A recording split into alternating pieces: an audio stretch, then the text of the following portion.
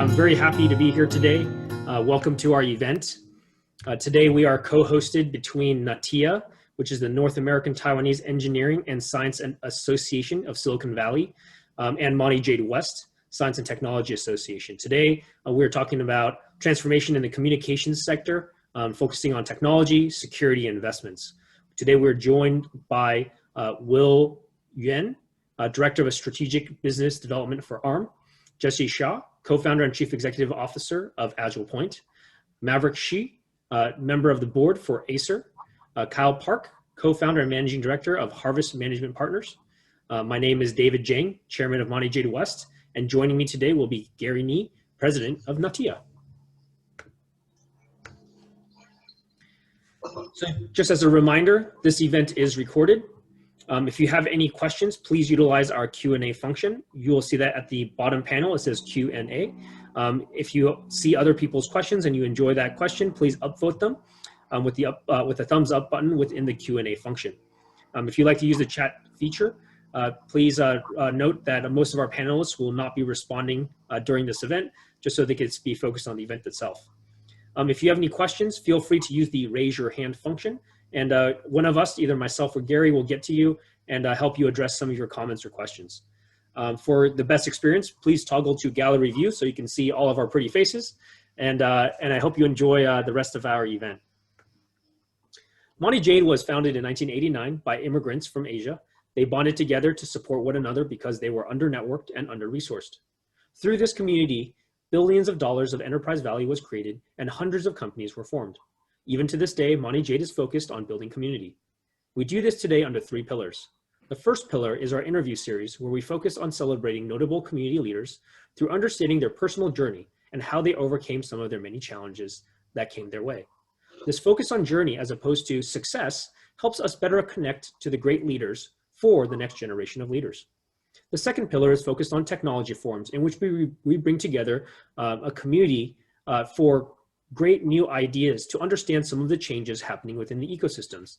This allows Monty Jade members to discover new opportunities for investments, career development, or just general knowledge. Recently, we've held talks on venture capital investing, AI, biosciences, and today we're doing one on communications. The last but most important pillar of our mentorship program the last and most important pillar of our programs is the mentorship program. This 100% volunteer-run program is focused on helping build the skill sets of next-generation leaders. Eastern Asians are underrepresented in the leadership of many Bay Area technology companies, and today Asians continue to lag their peers in being promoted. Caucasian males are promoted at 2 times the rate of Asian males, while white females are promoted at 3 times the rate of Asian females. This disparity has gotten worse over the last 2 decades, and our mentorship program strives to help address this inequality. The 6-month-long mentorship program focuses on education, deep engagement with small mentorship families, and to help address some of the challenges of moving up the corporate ladder. We have just started our year's program this past weekend, and if you know anyone that is interested, please send them to our website at montyjade.org/mentorship, and we hope to see you guys in the next year. At this time, we would like to thank our sponsors, Deloitte, Venture Pacific Law, Silicon Motion, New York Life, and Most for sponsoring our virtual series. We really thank them for their ongoing support. In non-COVID times, we have our annual sponsors on the right-hand side here, and we also thank them for their ongoing support, namely UMC and Deloitte have been great anchors for us for a very long duration. With that, I'm going to hand it over to Gary. Hi, good afternoon, everyone. Welcome to this event. So NATIA is founded on the 1991 and by a group of engineers and scientists. NATIA headquarters is in Silicon Valley, and NATIA is a community platform to let our members make the cross-border connection in this on this platform, and also on this platform they can develop their career. NATIA is a bridge between Taiwan and the US. So we have a lot of people in Silicon Valley and in Taiwan. Currently, NATIA has 13 regional chapters in North America and 1 regional chapter in Taiwan. Okay.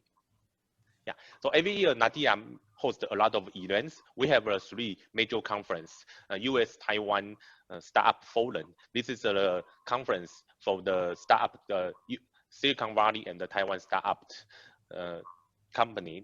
And we also have the US-Taiwan high-tech forum. This is a forum.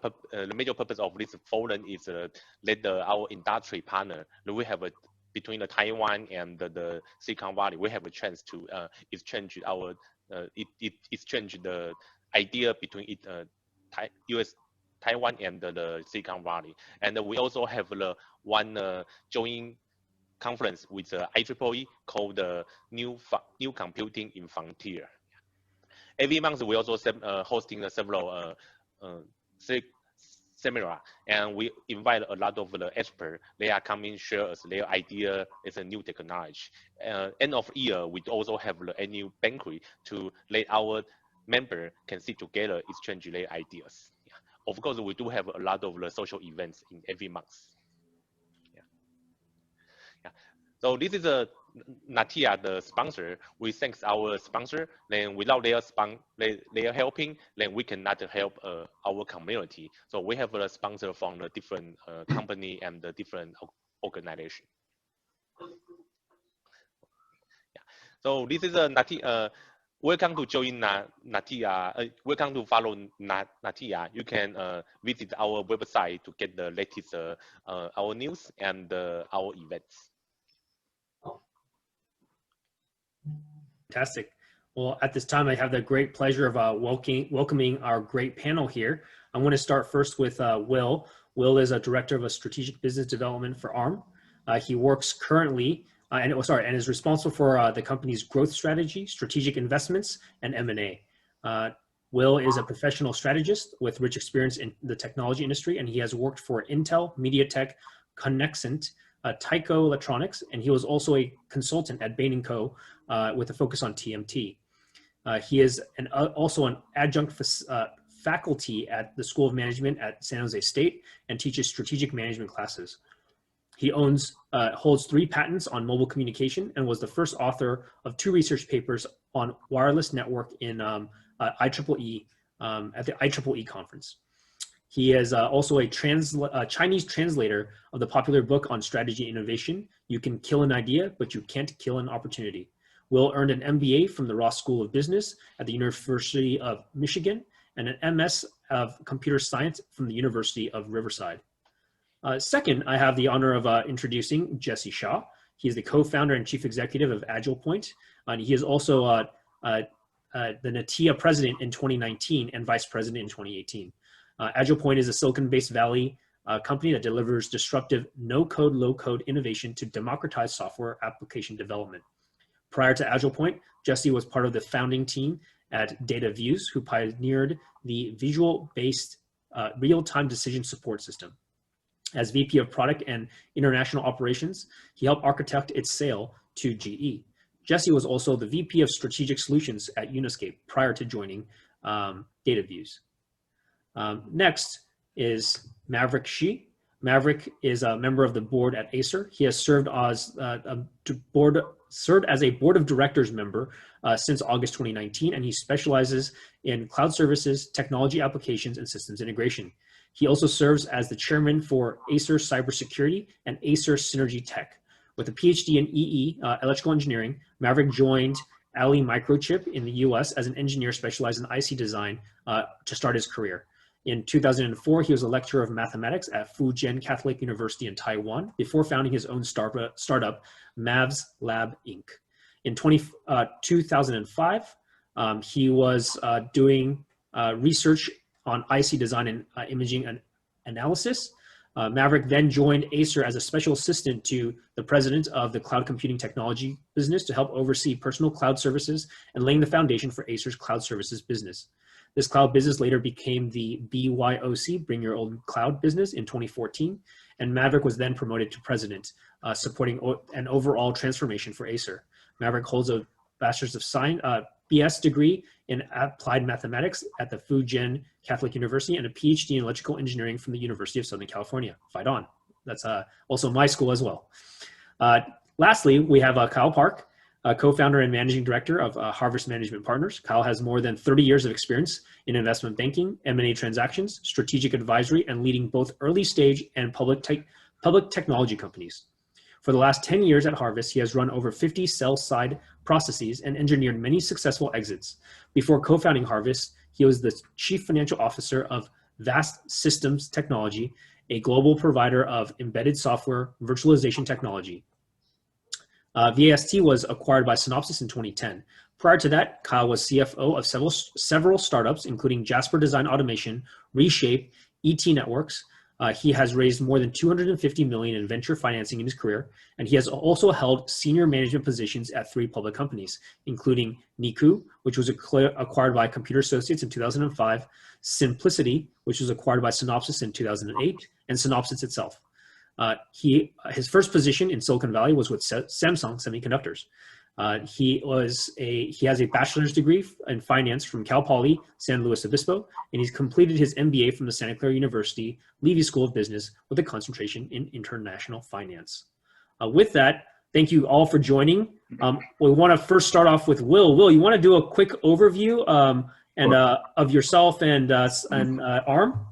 Sure. Yeah. First, thank you so much for Gary and David to invite me to join the panel. It's really my pleasure. And also, I think we have very, very interesting and great topic today, especially at the right moment, because of pandemics and also 5G is at the front door of almost everyone. Most of the countries, I think we are facing some transformation in the technology world for sure. And I'm working for ARM, as David just introduced, my role over there is to help ARM define and implement some long-term growth strategy, including M&A and strategic investment.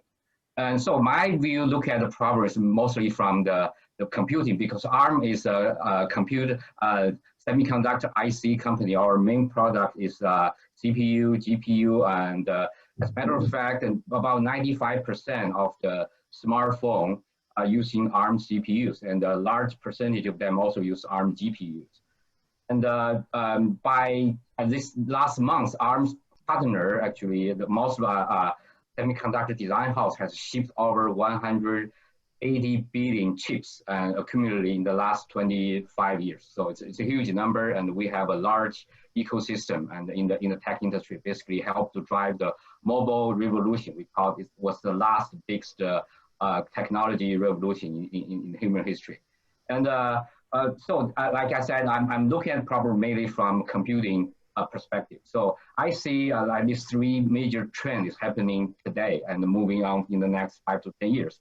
The first thing, as 5G and other maybe high speed wireless communication technology become a reality, become available to most of the consumer users, I will see the computing power has been extended, being largely available everywhere for most of the users, individual users, which cannot be imaginable like maybe 10 years ago.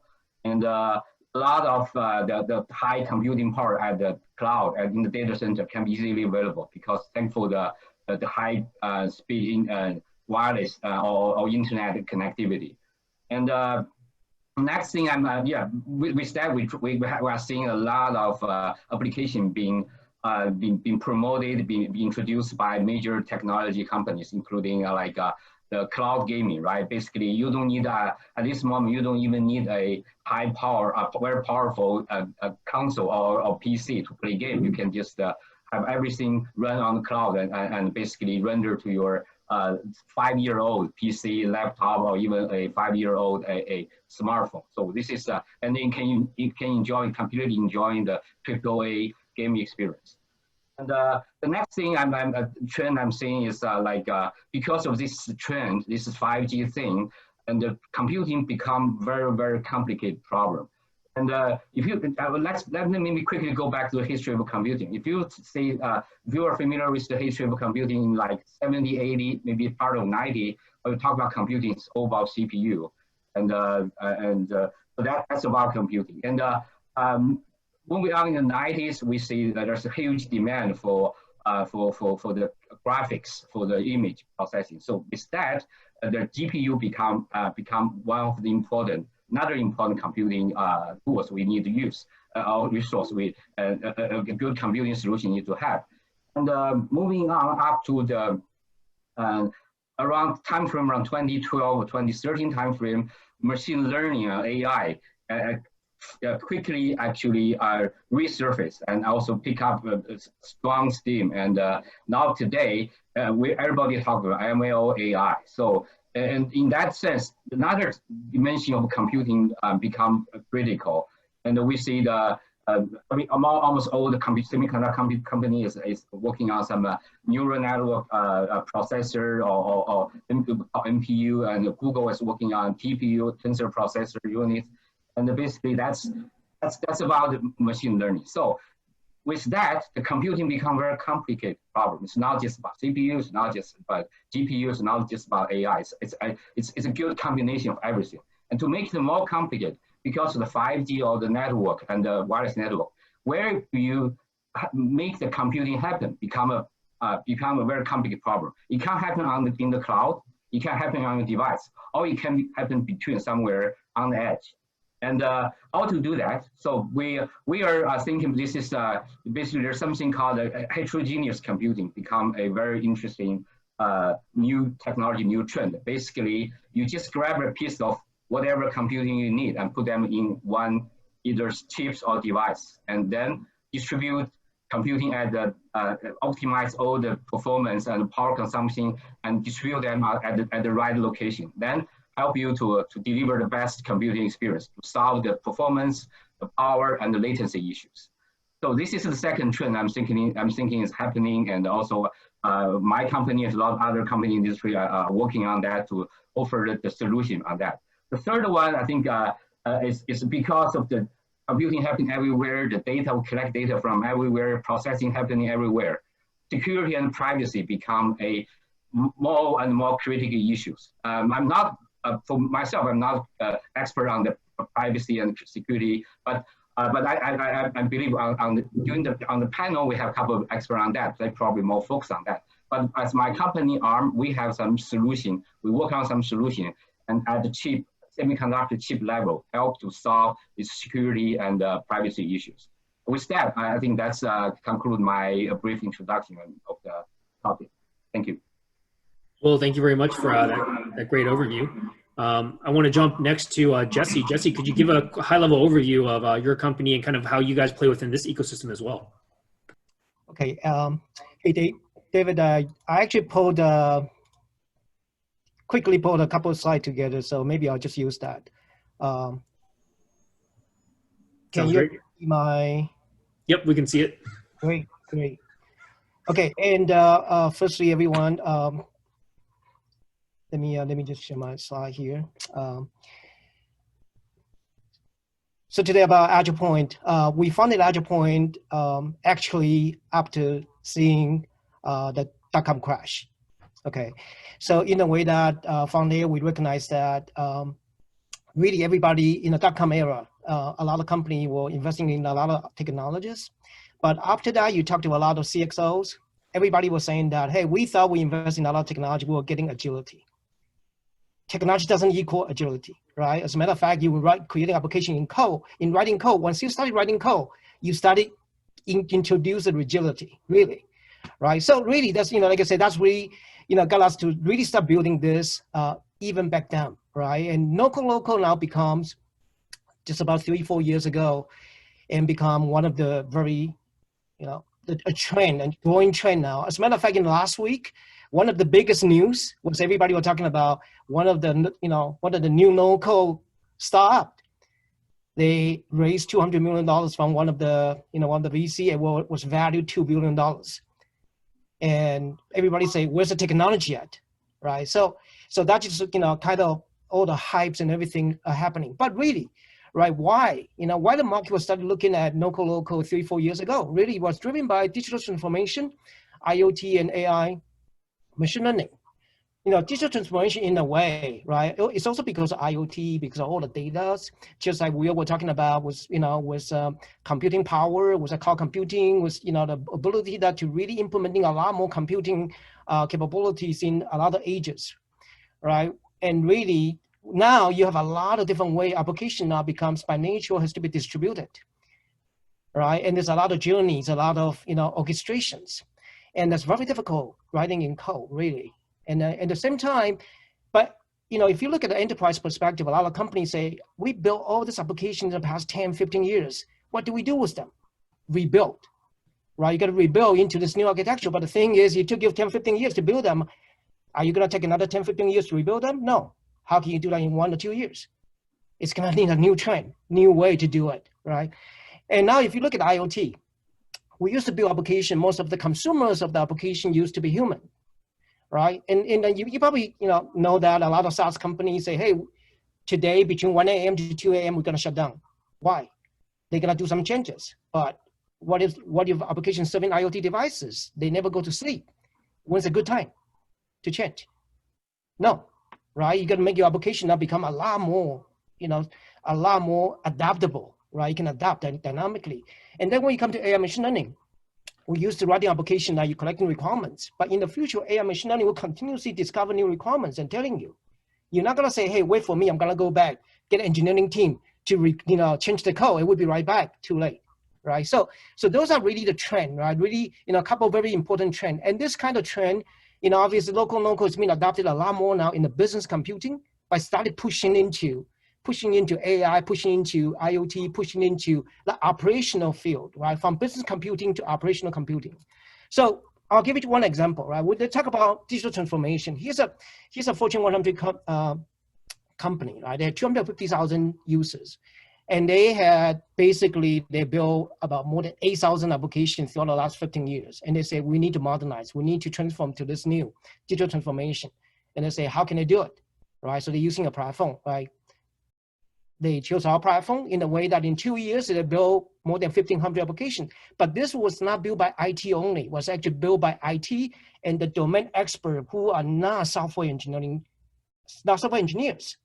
right? And this is a kind of innovation, right? So when people look at the local, it's not about how fast you can do something. It's about how fast can you transform, how fast can you innovate, right? Just here's an example about, we talk about digital transformation in a way. So the thing is, how do you do that, right? The thing is, basically going to create application now with a lot more drag and drop visual configurations versus actual writing code 9 by 9, right? And so in a way, as I mentioned in the Fortune 100, right, they were able to do that in a way that they didn't done by IT. They were to bring a lot of subject matter experts. So same thing that last summer, right, we did the internship programs. We have college students, right, second-year college students in the program, and none of them were engineering, none of them was studying computer science. And then after 1 month, they will start building applications, right? So that's where that you're gonna empower, right? Empower people to do that.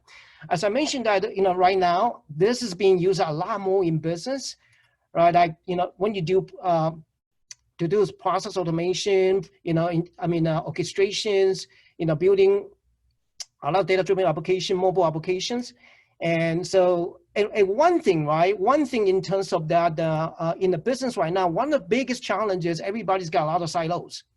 But the thing is, how do you tie them together? How do you tie them together in a way that is dynamic, can adapt, right? And that's where in the past is a challenge. You writing in code is so rigid, you cannot change that. But now if you think about AIoT, right? We are talking about a lot of edge, right? You're gonna see, we're gonna have tons of silos. How do you bring them together? Right. The other thing is, I was actually in a discussion with someone last week. They were talking about from IoT, AI machine learning to AIoT. So they say in that, or in a way, right, a lot of decision making as originally was all sent to the cloud to do in the cloud, but now maybe done in edge now, right, at the edge. But by doing that means that there are certain type of business logic changes. The thing is, can you do that without go back to change code? Right, and that's really where that this opportunity comes in, right? So there's a lot of we call, in business, right? This is end-to-end automation, end-to-end integration, end-to-end orchestration. It really, you can take this to the next level. It's basically end-to-end orchestration across from a device to a cloud to another device, and and this work by nature, right? It has to be that orchestration. So I'm just gonna skip some of this with mobile.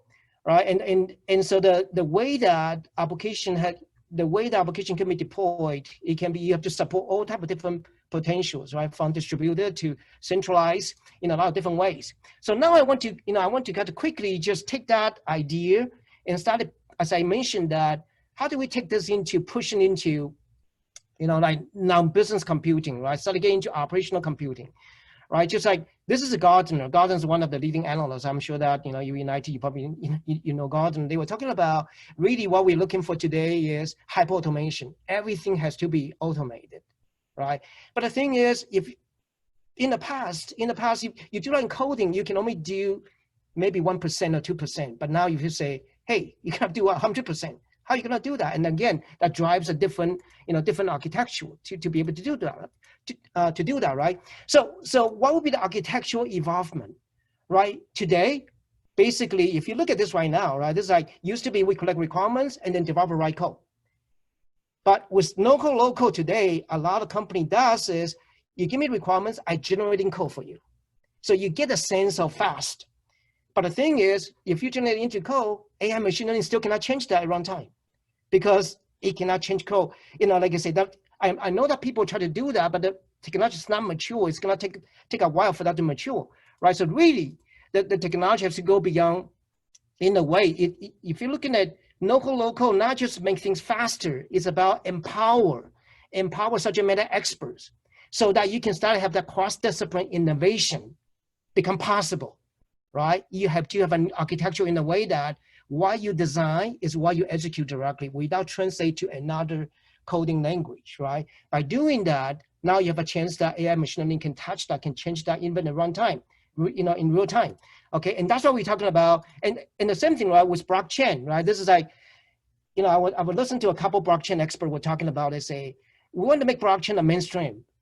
It's too difficult because too much coding. We got to make things more drag and drop, right? So again, this is really, you're expanding to that. So with that, I just want to kind of share a couple pilot projects, right? Where we are taking that, push that into, AIoT, right? A lot of this is actually happening in Taiwan right now. Okay, for example, right, using this to actually drive, control the robot arms.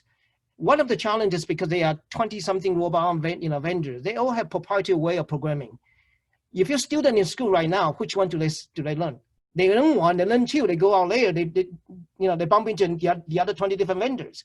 So one way is abstract those proprietary programming into local model. So you can now actually build that, right, visually, right? So this is really so this is some of the example that how we're doing. And like the same thing, right, with AGV, you're thinking about, in school, how do you be able to make the school more efficient, right? The teachers are able to allocate more time into students, right? The same thing, how you be able to actually do that instead of writing code, right? But now you are able to actually focus on visually, right, compose. And this is actually something that can be a lot easier to get deployed into different age, right? So again, this is like preventive maintenance, okay, working with, combine AI together, right, to do that preventive maintenance, dynamically be able to schedule the, for the purchasing inventories and everything, right? So here, just some of the examples of what we are doing this and pushing, into that operational fields, right? So I'm gonna stop here. Hopefully that, give everybody just a very quick overview in terms of where, why, and where this is, moving to. And this is definitely a huge potential that working with AIoT. That's fantastic. Thank you for that overview. I mean, like the proliferation of data and silos of information, it looks like you have a solution set to really stitch it all together. That's fantastic. I want to move to Maverick next, who can cover maybe some of this, like the risks now, right? With all this proliferation of data and information, like what do you guys do now on your side, Maverick? All right. First of all, thanks, David, for your invitations. And hello to everyone. Good afternoon from Taiwan. In fact, with this new technology, we can do meeting everywhere. The topic that really interests to me is the communication technology and security investment. And I think this is a great put together. Looking forward that 5G coming down the road, and that of course getting more and more devices connected to the cloud. And in fact, the cloud is not peaceful. It's a lot of hackers, lots of virus, just like the real world. And also, of course, that people will start to do the investments in a new area, new opportunities. And this is the big topic that I'm always looking after, and I'm very glad that Monty J. West put this onto a service, so people, we have the opportunity to discuss. Just quick introduction about Acer Cyber Security Inc. We are not a new kids on the block in Taiwan. In fact, we have been in the business for 20 years in Taiwan. We are providing cybersecurity services mostly for government agencies. So about 75% of the government agencies are our clients, and also many financial firms. We have been in this area for more than 2 decades. And end of last year, we did the IPO of the company. And one of the things we want to do is, by going to IPO, we want to make ourselves just not in Taiwan, but as an international company. We started as being a regional, try to be a regional management service provider role. First goal, we try to put all the intelligent information about cybersecurity together, make it as a platform, set up alliances in the region. Since then, we have already, end of last year, we have been already moved to Thailand, Indonesia, and there are more to come. Beyond that, in fact, even though it looks like peaceful on the internet, but in fact, it's really, really not. In the real world, we have COVID-19 striking human beings. At the same time, in the cyberspace, hackers are not taking any rest, and they don't let any opportunity slip away. 2 years ago, there was a big WannaCry attack to TSMC that caused the production line has to stop, and causing also many clients in Silicon Valley has to postpone their shipments, and causing like billions of dollars of business. That's how these hackers can affect the business. Of course, today's hackers are like business. They are now going after valuable things. So most recently, in the US, also another one, Garmin, they just have to pay some ransomware. I know this is a service number that's $10 million. We can see on the internet, but I know they have some negotiations so they can get less money. But that's also a hacker attack that cost the business. And during the Battery Day, Tesla has some outage of the network. Of course, not sure whether that's related to hackers. Google has some destruction of their services about a week ago. All these are threats from the public cloud, and they are all hackers and people behind it. It's no longer only just a virus code spread out by itself. So it becomes very, very critical that people need to have their capability, like firms has to have their own capabilities to protect themselves. In Acer Cyber Security Inc., we are providing security monitoring services. This is our major business. About 70% of business coming from security monitoring system. It's like a security guard service in the real world. And we also provide drill services. This has become increasing important as today more and more people doing drill services because as I mentioned, hacker will come. They will not let any opportunity slip away. So being a firm, people will need to be prepared. We also do training, consulting, code review, vulnerability assessment, and lastly, and the new area is the OT, we call operational technology area. This is very tied to 5G IoT space. This is a new area also Acer Cyber Security in spend effort in investment in. Just using Taiwan as an example, there are many industries exposed to the cyber threat. In the old days, all these area, they have their equipments that within their own private network. But unfortunately, because everything get connected with a design decades ago, they will have some point will connect to the cloud. So these are original design that to be in the private cloud, but they just in their system has some place connected to the cloud.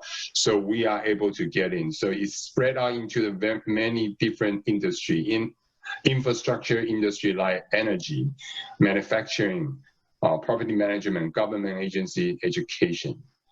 Just give some of the example that this is, of course,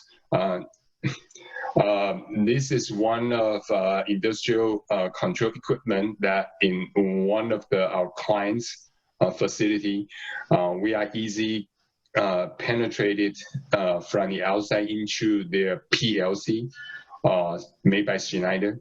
So you can see, even though a well-known brand name that the IoT devices or an industrial control devices is not built for secured for the internet space.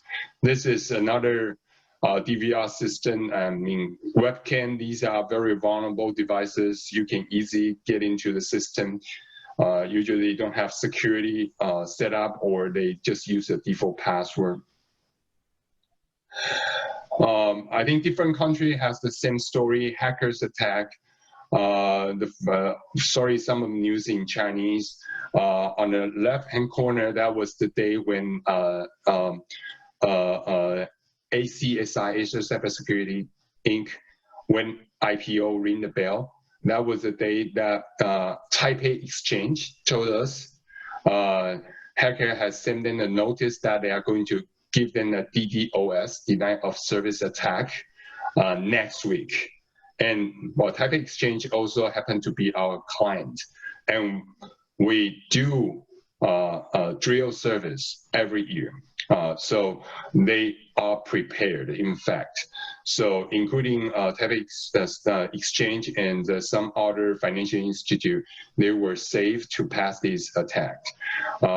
Same thing had happened a couple weeks ago from New Zealand stock exchange. And unfortunately, they will suffer for 4 days discontinue of their services, and no one can do the transaction on the exchange. So that you can see how this hackers attack and also being prepared by yourself is very, very critical and important as today's business.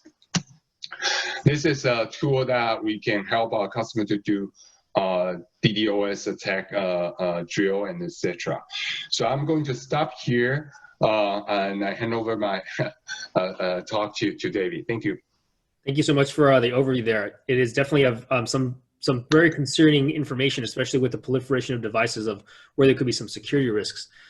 Kyle, to you now. I know you've been in the investment banking industry for quite a while. You've been looking at this intersection. You've had many transactions in this intersection in terms of the communications and technology, deep technology companies. You want to do a quick overview? Sure. Do you want me to put my slides up here, or let me see? You want? I can share it too. If you or you doing it? Let's see if I can. I got it. You got it? Okay. Sure. Yeah. Thank you for inviting me, and I'm glad to be here and with this distinguished panel, everyone here. So hi from the Silicon Valley, South Bay. Yeah, just a little bit about us. Go ahead to the next one. Yeah, so a little bit about, we have a boutique investment bank, and we've been doing transactions mainly in the semiconductor space, which actually touches cybersecurity. It also even automotive electronics, semiconductor, of course, but also machine learning and AI as well, and obviously everything to do with technical software and services around that. So my business partner and I started the business 10 years ago after being operational executives in the Valley, and we've kept it we have just a small team, about 5 people, and we basically just work around the world. Our clients are all over the world, and we work together to mostly it's all technology companies that usually have, I would say, little to no revenue, but really great technology. And so we're able to position them and sell them to much bigger companies such as Intel or Ansys or Synopsys, companies like that. So you can go ahead to the next one. We kind of call ourselves the unbankers, not to be, to say anything bad about bankers, because that's what we are. But, we just have a different approach because we've been on both sides. So we're able to, I think, better advise our clients. And we also don't, like we said, we have over 50% of our clients are outside North America. So we don't have to we can just jump on a plane, or we can just go do what we need to do, and we don't have to involve another bank or a branch of another bank in another country. And you can go to the next one. So here's just some selected M&A deals we've done lately. Actually, from a security standpoint, the one we just announced to Siemens back in July, Ultrasoc, is a hardware security company out of the UK, out of Cambridge. And we also sold another company last year, the Athena Group, to Mercury Defense Systems. That was in April of last year. So, and both of those are really predicated around security. We have a couple of clients right now that are also in that space. And there's a lot of interest in that. And so it's an important, and it's not going to get anywhere, or not going to get any better right away. I mean, there's a lot of things to worry about, not only on the software side, but on the hardware side, especially as we get more and more devices, more IoT. It's going to be a significant, I think, growth story for the next decade and beyond. You can go to the next slide. Thanks. I mean, one of the things I thought when David and had asked me about just talking today was that we talked about all the stuff that we're talking about, 5G communications. It's really the resurgence of silicon. And there's been, I think, there was a lot of investment stopped in basically silicon type companies, maybe, I don't know, 5-10 years ago. And now we're seeing what I would say is a big resurgence in silicon. And we actually have just partnered up with an incubator called Silicon Catalyst here in Silicon Valley. This announcement actually was in July. We were partnering with them and working with some of their portfolio companies and helping them prepare for scaling their business and also exiting in the future. But I do sense that there is a big resurgence of silicon. We're getting over the last 2 years, we've had quite a few, a lot of semiconductor type companies, which includes, again, includes security and AI and ML and all that. So that is happening. So there's quite a bit of resurgence in that and a lot of investment going in that. Also, companies, we're seeing a lot of make versus buy, whereas a lot of these public companies are seeing the opportunity they see the opportunity and they're trying to figure out what to do. And the make, of course, is something they can do, but hiring right now is pretty difficult, not only because of COVID, but just in general, getting good engineers, good talent is hard, as I'm sure you guys all know. And so the buy function is definitely still going, and we're seeing a lot of that going on. So it's a very robust, I would say, still M&A activity going on. So you can go to the next slide, David, thanks. One of the things I thought, to sort of demonstrate how much this is really, in terms of cybersecurity and also in terms of communications, how this has become so mainstream. There actually is an ETF, that's traded under the symbol HACK, that is really basically it's an investment in cybersecurity companies. And the top holdings you can see there. So you can look on the NASDAQ and see this and see the ticker for HACK, and you can buy that ETF. And I think that just gives you an indication of, and these are the type of companies that are in it. This is their top holdings. I think they hold about 40 or 50 companies, but public companies. But this just gives you, I think, an example of how hot the space is. I mean, if you're having ETFs formed after you, I think you're in a pretty hot space. You can go to the next one. The next one is, again, we talked about 5G and the communications, right? Well, there's a 5G ETF called, you could look under the ticker 5G, and you can see the top holdings there. Again, a lot of semiconductor companies, as well as companies that are helping build the infrastructure for the 5G network. So I think that kind of makes sense. Maybe go to the next one. So I just put together a few slides. I don't know if, David, you want me to go through these or not, but I can go later, but maybe I stopped there, but and we could go to the panel, or I can go through some of this data. I don't know. Why don't you go through some of this data? We got a couple minutes. Okay. All right. All right. So just a little bit, I know this has been COVID time, so I thought it'd be interesting to try to get some data on how M&A activity is actually what's happening and what has happened in the last year or so. So I pulled up some of these, as you can see from Crunchbase, some of the deal flow and the deal volume. So you're just actually seeing, of course, in Q2, the deal volume falling and the dollars falling. But as you'll see a little bit later, I think it's maybe a temporary blip in that kind of thing. We're seeing things starting to pick up again. So maybe go to the next slide.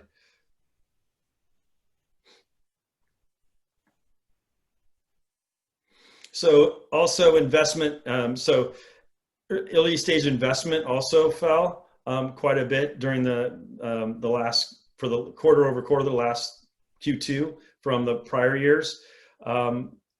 So this is just the data we're seeing. But I think that's typical you're going to see in crisis. This is what we've seen back in the 2007, 2008 timeframe as well. So I don't think it's too alarming, but it's interesting data to see, and it probably not too surprising. And then I think when you see some of these next slides that go on, you'll see where people are starting to reinvest. So basically the global deals that are moving, that where we're getting some definite traction is less so in early stage companies and more so so less so in the seed and angel stage, and more so in the later stage companies and growth stage companies. So that's a trend that I think you're going to see. I think people feel more comfortable investing in companies that, and you're seeing it also in the public markets too, right? You're seeing the big cap stocks continue, especially in the semiconductor space, the NVIDIAs, the Qualcomms, and you're seeing the NVIDIA ARM deals happening, right? And that was just announced, and that's a $40 billion deal, which will close probably in the next 18 months. So even though it's a bit, you're seeing it's sort of moving to the different stages, I think, here. So go ahead and go to the next one. But one of the interesting thing is, even though that the actual number and the dollar amounts have gone down, the actual valuations has actually increased. So, and again, I think you've seen that also lately with the public markets as well. You're seeing the public markets have rebounded rather, as a matter of fact, in unprecedented time frame, right? Five months, basically back to where we were before and beyond. And you're seeing the same thing with angel, seed, and early stage VC deals. You're starting to see a rapid uptick in the valuations. So those are seeming to come back, even though the amount of money going in is less. I think you can go to the next one. And then you're seeing, and again, I wanted to kind of look at what's the COVID, what's sort of been the COVID, what has happened in terms of the sectors. And you're seeing, I mean, there's actually quite a bit of readjustment, I would say. So it's a very interesting time, in my opinion. Some businesses are really, obviously those in some areas, retail and hotels, hospitality, travel, of course, are just, not doing very well. And hopefully they can survive. But then you're seeing, quite a few other ones that are just thriving. A lot of people are working from home. So you're seeing a lot of uptick in obviously in bandwidth that's needed. the distance learning is going on. I think most of people I know, their kids are doing online school. And I think that you're going to have a hybrid that's not going to go away. I think over the next, I mean, even if the COVID subsides, I think you're still going to see elements of that in our work and in schools and in universities going on. That's going to be with us forever here. So I think you're seeing some areas, and obviously security is an important one, with a lot more people now depending on devices to basically live their lives, including having food delivered, or medicine, or even doing checkups via online checkups with your doctor, telework, teleplay. So anyways, you can go to the next one. So that's, I think I just wanted to give a rough overview, and if there's any questions, happy to address them.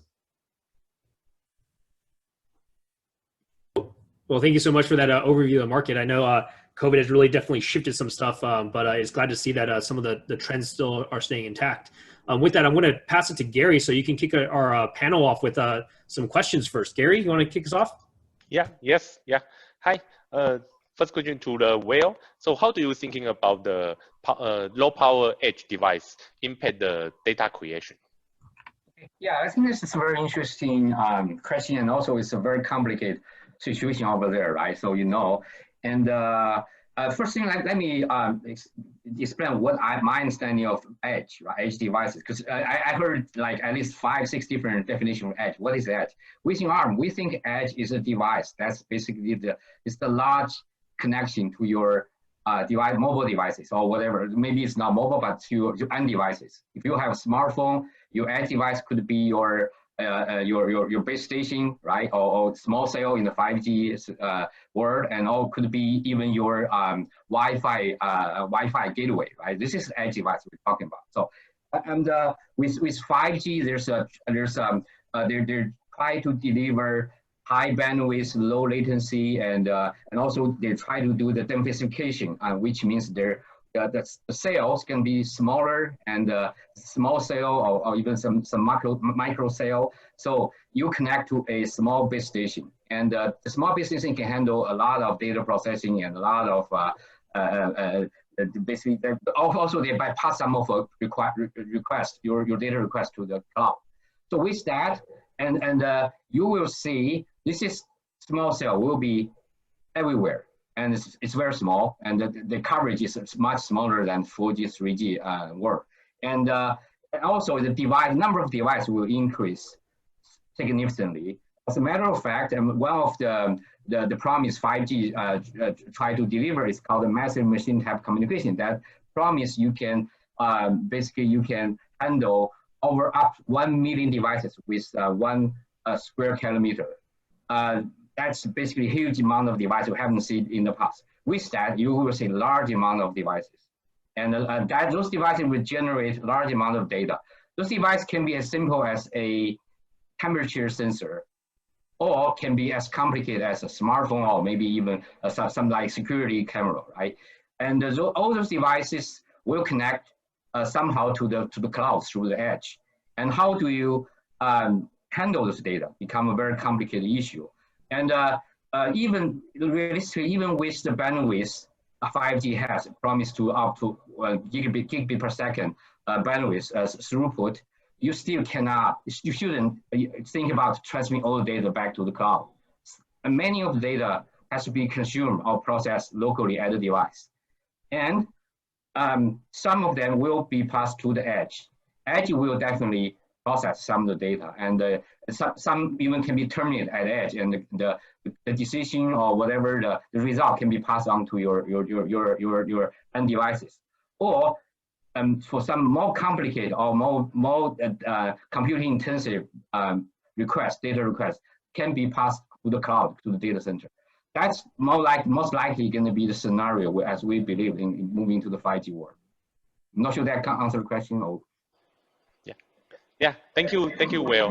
Yeah, since this edge and the device generate so many the datas, and Will and Jesse, how do you thinking about the data management? I think Will and Jesse, you want to take on that first, or you want me to? Yeah, Jesse, you can go first. Yeah, please.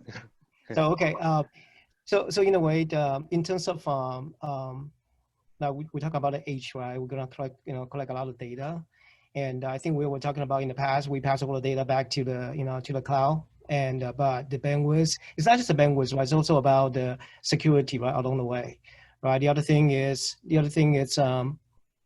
really, there's a lot of data you don't need to send to the cloud, right? So really, I think for the edge computing, right, from the local perspective, as a matter of fact, I'll use one example that one of the electric car manufacturers, as a matter of fact, once they reach out to us, okay, so they were talking about what if you have to manage, right, hundreds of millions of cars, right?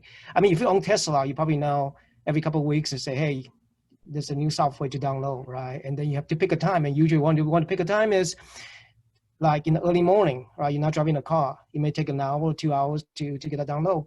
But the thing is, but if you think about, you have a lot of cars and you have to all stop for an hour or 2 hours, there's a lot of productivity loss. Right. So one thing, as a matter of fact, they actually came to us and they were actually, they talked to Gartner, and Gartner asked them to, hey, maybe you want to talk to AgilePoint. And that's also enable us to learn, right? Learn from what they are thinking. So they were saying that, hey, we got hundreds of millions of these cars. You don't have to download now. Can we reduce the time to download, right? So it's not about just, so there are two things, right? One is the data. You collect all the data in the edge. How do you manage that? How do you streamline, right? You don't want to send everything up, but the thing is locally. But what do you figure out? What is the one that you want to send up, right? So that's when we, from a software perspective, right, we call complex event processing, right? So you are able to use, define the complex event processing using the changing criteria through AI machine learning, right? You decide what is the actual, change, what is the actual change that you want to, is actually critical. Right, and then if that's critical, do you want to trigger certain things, right? And that could be a sequence, right? Right now in the AI IoT, we do there's a lot of in terms of getting data, the gateways, and we do analytics, and then we trigger something. But many times it's one action, right? So now you have to think about how that become a sequence, and that's when we started talking about that. How do you create the application that's actually going to be, it's going to be an orchestration, right? So now coming back, that's about data, right? Coming back, if we have an edge computing, intelligent, right? And the thing is, I'll give you one example. One of the things that we heard was that in the edge now, if you start adding different IoT devices, today there's many of them has got different drivers and everything. The gateway doesn't, now you end up have a lot of gateways, right? So one way to do that is, can you create the software-enabled gateway that can dynamically change, dynamically adapt? But then if you do that now, where the software will come from, right? For example, you talk about earlier, you talk about that electric car company, so one of the things they call is OTA, right? I'm sure that you probably, in fact, you probably heard of that, right? Over the air, right? So the thing is, do you download the whole thing? Or do you have a way, right? In the way, for example, when we talk about local, one type of, instead of one approach is to do code generation. You improve the productivity. You didn't change the underlying paradigm, right? The other, more modern architecture is really taking abstraction and metadata enabled, right? Enable architecture. In that case, in the edge computing, if you have, like I say, you have the engine that is actually capable of executing this kind of modern, metadata abstraction enabled local no code, then what you download now may not be the actual code, it's actually the description, right? So instead of 1 gigabyte or 2 gigabyte, it could actually become just 100K, right? So again, right, so those are a lot of, so from the data management perspective, and also how that actually gonna work with application that could happen in the edge, right? There's actually a lot of really interesting, topic, right? So So I think that, that's that's my view of in terms of how we, both from the data and also from the application perspective. Yeah. Thank you, Jesse. Yeah, since you bring up the data security, now there's a lot of data, and the data security became the important topic. And Gary, let's probably just one small point I want to add onto the data management to Jesse. I think Jesse hit most of the point. It's very well. And we're just thinking that there's one other use scenario you can think about, and about data management is like you think about a self-driving car, autonomous driving car kind of user case, right? So basically, you generate large amount of data, right? And from different sensors, it's impossible to transmit all the data back to cloud.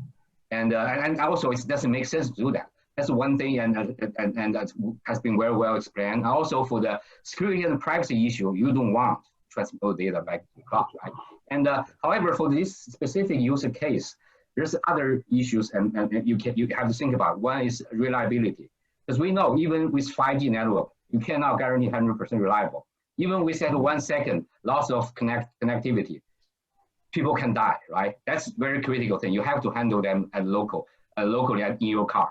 And also latency is another probably very critical issue for this kind of user scenario. If you have to wait 10 milliseconds, that's probably also a difference between the live and the die, right? So those are the other things we should consider when we make decision to how to manage the data, how to distribute the data processing onto different like edge device, and also in the cloud.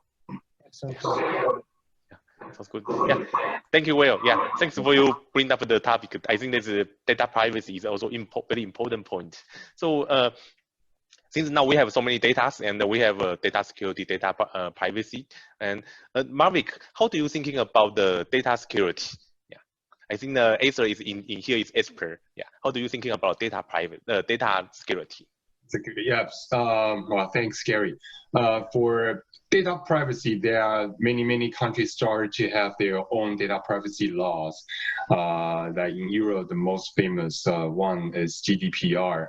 In Taiwan, we also have very strict law about data privacy. So protecting personal data become important. Of course, one is how do you protect. Another, of course, hackers try to steal those data and sell them in the dark web. That's one aspect. The other aspect, of course, getting more and more devices connected. So they are become a lot more vulnerability to all the enterprise for their business, especially as today, a lot of people work from home, even kids study from home. One of the things, of course, SciTopic and Acer and also other PC companies are benefit from this wave of needing computers.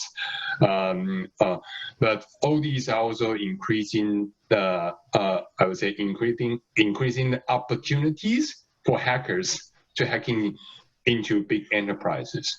And the biggest challenge that we've been seeing for the traditional IT is they are facing really human being hackers, not the code, not the virus code, but human being hacker try to sneak into or penetrate into an enterprise. And so just like all the saying, you will never be stronger than your weakest point. So hacker can easily find a weak point and enter your enterprise and starting from inside. And another thing I want to let people have sense of how hackers today, all these hackers that they also work at enterprise themselves, they have their own pipelines. They insert their small code or Trojan horse into your enterprise, maybe months or even years before they really start their attack. So having all the employees and everybody have the sense of a threat from the hacker become one of the big things for big enterprise, including Acer ourselves. We have annual training to our employees about data securities. That is one aspect I think all the enterprise has to spend efforts, and of course our role MSSP, management service provider, we are serving different customers, so we are, I would say, in terms of our platform and our customer base, we can provide first-hand information about different hacker events globally, because we also have another alliances regionally we share information. So that's compared to an enterprise that they will only have those kind of intelligence or experience when they only protect themselves. This is about the IT sector, about the cybersecurity. Another area I mentioned about is the OT, operational technical, this area, including manufacturing, including the new IoT devices are going to introduce in this world. And because of the 5Gs, we always mention about more than 1 million devices will be in one cell. You can imagine there will be a lot more IoT devices connected to the cloud, and how this device is being built from hardware level already secure, that we all mentioned about. ARM has some IPs that will be embedded in the kernel, into the IPs for the securities. And in fact, ACSI also involved in with some of design house in Taiwan to strengthen the hardware level security. But at the same time, how to operate that, because compared to the IT world, OT operators are less sensitive to the security. That's a big threat. That's why you can see increasing numbers of OT incidents, hacker incidents, including 2 years ago, TSMC events, hacker incidents. So those is needing more. I would say needing more technology. Kyle mentioned about this ETF for cybersecurity.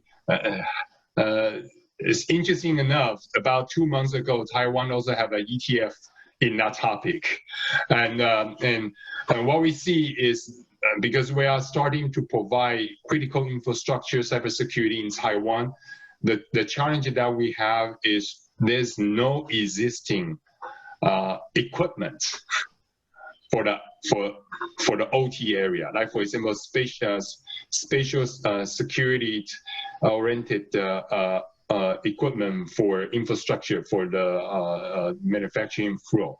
So those are a new thing, I believe, also big growth opportunity for investors going after those big firms that have new need for the new equipment. So this is the thing. And the lastly, I think, the traditional, I mean, same as me, before I being as the sitting in this chairman of Acer Cyber Security, I had a old impression about, oh, I have someone doing the antivirus, I have firewall, etc., etc., and I also have a cybersecurity expert. I should be safe, and we can push the hacker away. But in fact, today's hacker, they will just come. Just like in Taiwan, we have typhoon. You cannot ask typhoon to go away. If Taiwan is in the route of a typhoon moving to mainland China or Japan, they won't go away. They will just come. So how to prepare yourself and make yourself ready to take the heat from the hacker become the thing people has to, the new idea, new image, new in their head to make yourself ready for the next possible hacker attack. Thank you. Yeah. That's fantastic. I have a question. Just this is mainly also to you, Maverick, in terms of like how does Acer, or maybe like Acer Cyber Security, how do you guys think about investments in this space? Like if you're looking at, are there targeted areas that you guys are looking at to like grow, double down in? Like, can you talk a little bit more about that? Well, it's is in whole for Acer, not just Acer Cyber Security Inc. For Acer Cyber Security Inc., we are very focusing on we call management service security service provider. Is providing SOC, not the SOC from ARM, but security operating center, monitoring the security for our clients. But we are also finding they are needing new tools, new functions, and new in this area. So through different investment arm, we have invested and look into the area for new cybersecurity tools. Some company from Israel. We also, and in Taiwan, we also in Taiwan we are expert in hardware, industrial PC, semiconductors, and IC designs. So we also have another new startup to do disaster recovery that to help that disaster really happens, like TSMC, so the manufacturer can get back on production with no time. So these are the area, but this, of course, it will probably take another 5 to 10 years to I would say to become surface, because all this equipment are still running, and it takes time to refresh. And so these are the things we continue to look after. But while at the same time, in Taiwan, because our government, I think most of the country as well, is always the target for the hackers. A lot of the intelligence within government agencies. So governments and the financial institute are currently the key, probably not a financial industry, but governments are the key drivers for the IoT and the infrastructures today, at least in Taiwan. Yeah. Great, thank you. And what about you, Kyle? Like, how do you guys look at this investment landscape, especially in the communications, IoT, AI kind of space? Like, are there other like areas that you think like companies should be focusing on, or like what are your partners saying like, hey, that they're interested in from an acquisition standpoint? Well, we spend a lot of time with the big semiconductor companies, and they're looking to expand their footprint. I will say that, especially on the 5G side, we're actually talking to companies that are doing 20G and 25G and 100G. So, I mean, there are already a lot of startups working in that area, and that's going to be interesting to see how it plays out. And in fact, we just sold a company earlier this year that actually puts together or makes the tools for that, which is a photonics company called Lumerical. Which is now owned by Ansys. But photonics is also going to be a big part of this, because you can't use copper anymore once you get, once you get to certain speeds, right? So the data centers, and then getting to the, out to the network, all of that, you're going to have to start using light. So that's another big area, I would say, of interest, and one that you're going to see a lot more of over the next 10 years. And what if you expand on that? Like, when you think about like corporate partnerships, and kind of like what are large companies looking for when they partner with companies? Like, what are you seeing in that ecosystem? Well, a lot of times, I mean, the best way to, again, our clients are mostly, smaller startup companies, or ones that are, VC funded potentially kind of companies. I mean, we're seeing, the way it usually starts out is there is a partnership with a bigger public company, and maybe it's an OEM, or it could be a proof of concept. And when those kind of things start to happen, you could see potentially, if they line up, an acquisition in a couple of years, or even a year after that. So that's a typical, that's a sort of a typical thing to happen. So we're seeing a lot of that. And again, I think I said earlier about make or buy is now becoming really important. And I think, I know for a fact with some of the Intel executives that I've been speaking with that, that's one of the things they evaluate all the time, is they actually have their own internal things going on, and then they're also partnering, and then they're also, as part of those partnerships, looking to potentially buy later on, once they've basically proven that technology. Great. And what about you guys, Will? Like on the ARM side, how do you guys think about partnerships? Like, what makes sense for you to partner? And then, give us a little bit more insight on that. Sure. Yeah. Actually, partnership and also ecosystems one of the most important things for ARM, and also one of the big drivers for ARM's success in the past 25 years. ARM has the together with our partner more than like 1,000 partners, including I think if not all, most of the IT technology major players in the world. And we create probably the biggest technology ecosystem so far today, all the way from semiconductor IP to chip to a marketing system like Android, like iOS. So this is, we definitely also, we actually build this partnership ecosystem into our business model and strategy.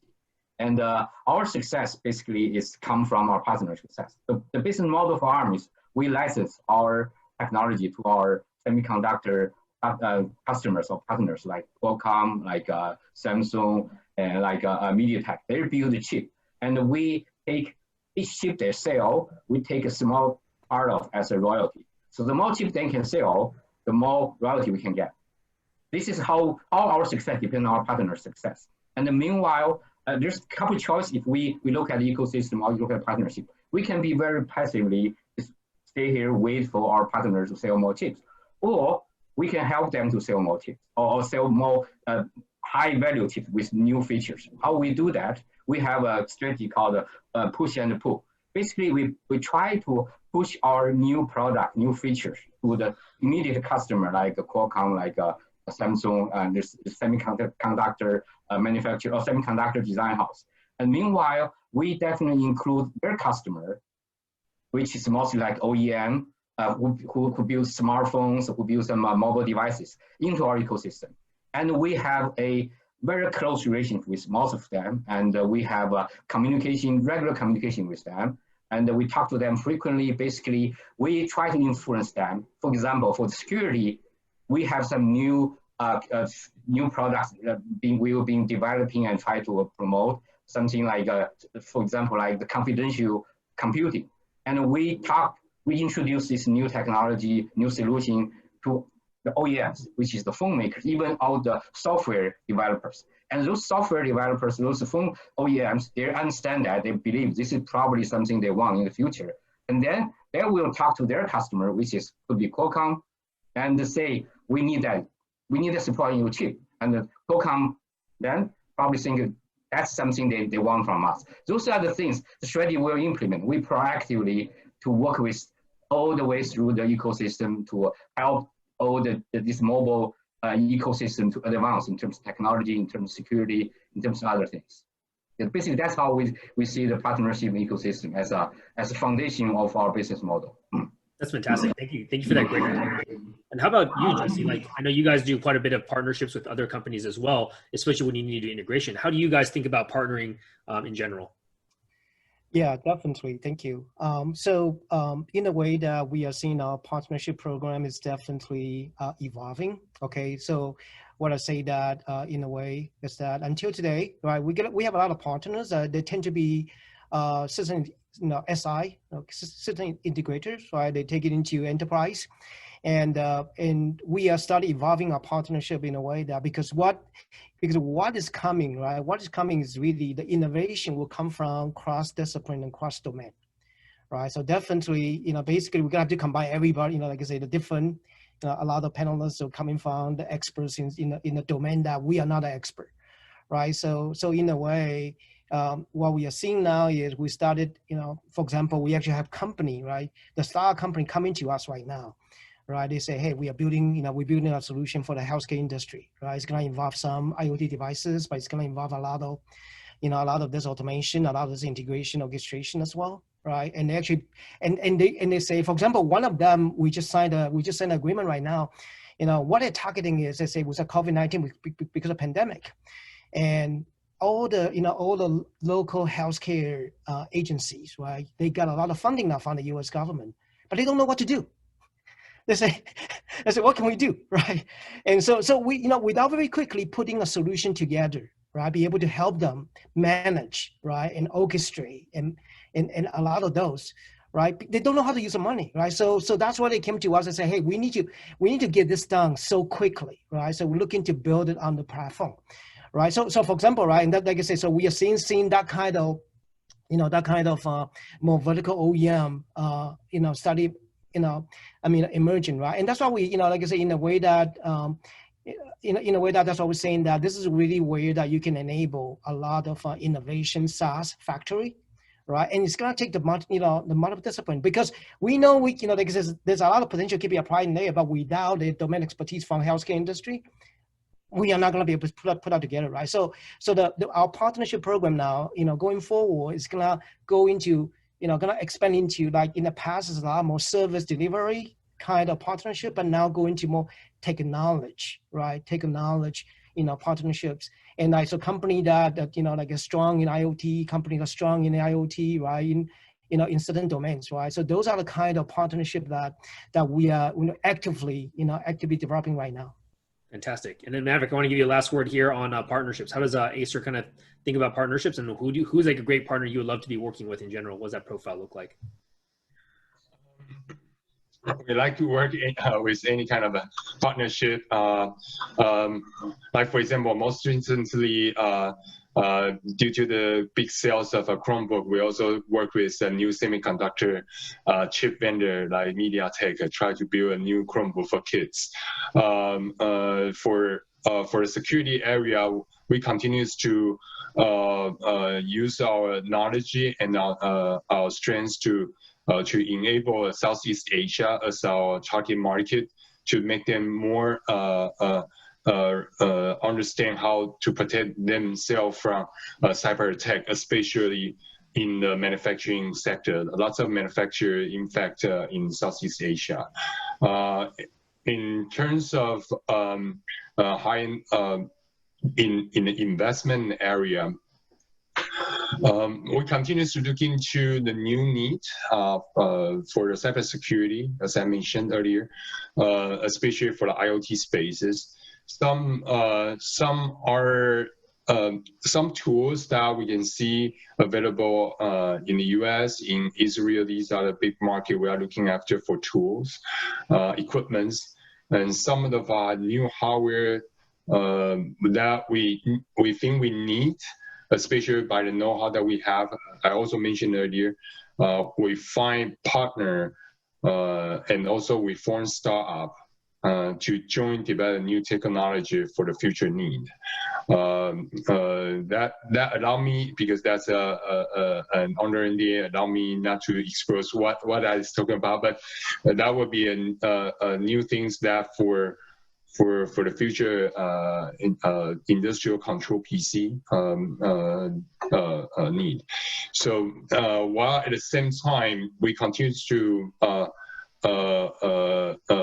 making I would say teaching the community understand how today's cyber threat is. Like for example, we give in Taiwan, we're giving out free courses teaching what's the cybersecurity 101. Also, we are considering setting up a new academy that can make more people understand how this hacker threat will affect our life, affect our business. And for Acer Cyber Security goal, it's really we want to have all our customers to have a peace of mind, focusing on their business, and don't worry too much about the hackers attack. Fantastic, thank you. Well, we're going to move on now to the Q&A section. We have we have two. Go ahead, Will. David, just before, I probably want to maybe have two minutes to address the privacy issue. I think we briefly touched it, but we didn't even go deep, right? So I didn't realize how important this issue is until recently. I'm looking at AR, VR market or the industry. So think about like 5 years from now, everybody has smart glass on your face, and the glass can see what you say exactly, and without restriction, everything you say can be transmitted onto some internet. Everybody can see what you see. That's including when you not just your office, your home, including a bathroom, a locker room. Privacy become a huge problem, right? So as a matter of fact, last week, one of our customer or major partner, who you probably can guess the name, they're the biggest a company making VR glasses, VR devices, right? So they announced a new AR initiative, basically a test program. So they will get 100 people wear a smart glasses, go everywhere, collecting data and try to test what's the best way to do. And what they actually take privacy very, very seriously. What they do is first, just not only hide any sensitive information, including people's face, the car plate, numbers, all other sensitive information. They also put all data that capture into a quarantine for 2 weeks after they make sure there's no any issues, then they can start processing the data.